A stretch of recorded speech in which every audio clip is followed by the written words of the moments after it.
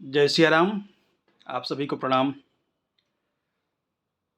कुछ मन में उद्वेग होता है तो बोलने के लिए मुखर होता हूँ। बहुत दिनों बाद मुखर हुआ हूँ। आप सभी को प्रणाम और होली की एडवांस में खूब खूब रंग भरी, प्यार भरी राधे रानी की तरफ से शुभकामनाएं।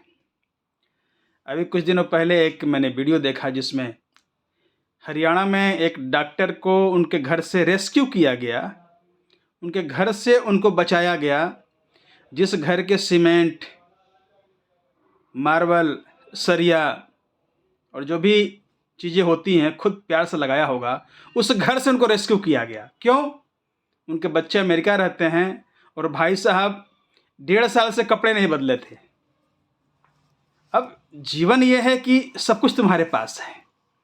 किसी के पास घर नहीं होता, झोपड़ी होती, तुम्हारे पास घर भी है और तुमको तुम्हारे घर से रेस्क्यू किया जा रहा है, बचाया जा रहा है। जिस घर को तुमने प्यार से बनाया होंगे और हर कोने में हसीन ख्वाब सजाया होगा आपने। वजह क्या है कि आपको घर से आपको रेस्क्यू किया जा रहा है? क्योंकि बच्चे आपके विदेश में हैं, कोई नहीं पूछता किसी को।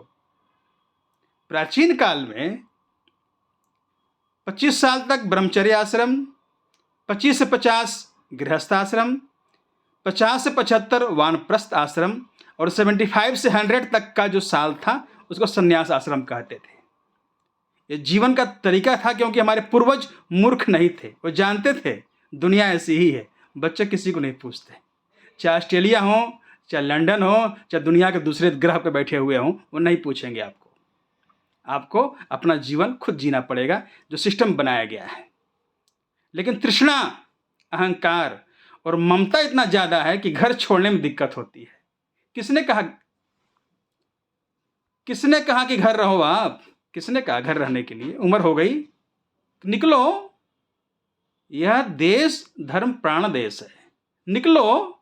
तीर्थों का देश है, निकलो। घर बैठोगे, तुम्हारे घर से तुमको लोग रेस्क्यू करेंगे।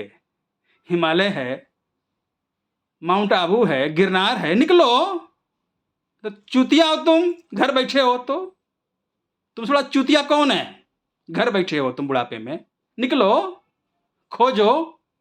तुम्हारे घर से तुमको रेस्क्यू किया जा रहा है, शर्म आनी चाहिए। बच्चा अमेरिका में है तो खाना नहीं खाओगे, कपड़े नहीं बदलोगे, जीवन में अध्यात्म नहीं होगा, जीवन में चिंतन नहीं होगा, जीवन में त्याग और तपस्या नहीं होगी, तो तुम्हारे घर से तुमको रेस्क्यू किया जाएगा, सब कुछ होते हुए। इसीलिए जो हमारे मनीषियों ने, जो हमारे संतों ने, जो हमारे ऋषियों ने जो नियम दिया कि त्यागो, जीवन त्यागो और भ्रमण करो। ये देश, यहाँ ईश्वर पैदा होते हैं, यहाँ देवता पैदा होते हैं, जन्म लेते हैं। ये रहने की जगह नहीं है, त्यागने की जगह है। त्यागो, तो ऐसे ही रेस्क्यू हो जाओ घर से अपने।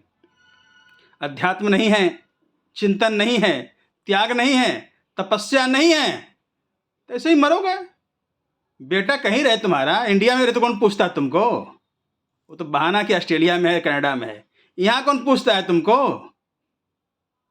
त्यागो और तपस्वी बनो।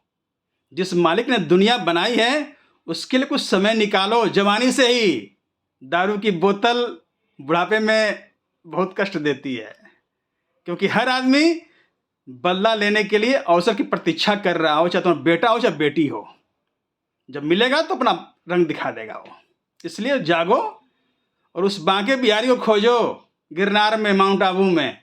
तो रेस्क्यू नहीं किए जाओगे, मौज करोगे बुढ़ापे में। ठीक है? तुम्हारी दौलत और तुम्हारा जो नशा है ना दौलत का, वो परमात्मा भी इंतजार करता है 70 साल तक। 70 साल तक परमात्मा भी इंतजार करता है कि तुम्हारे जूते से तुमको ही मारूंगा, तुम्हारे घर से तुमको रेस्क्यू करवाऊंगा। इसलिए जागो और खोजो उस मालिक को, उस खुदा को, उस कृष्ण को, उस राम को जिसने दुनिया बनाई है। सुख शांति वहीं मिलेगी, तेरे घर में नहीं मिलेगी और तेरे औलादे नहीं देंगी तुमको, चाहे कनाडा हो चाहे ऑस्ट्रेलिया हो। जय सिया राम, जय सिया राम।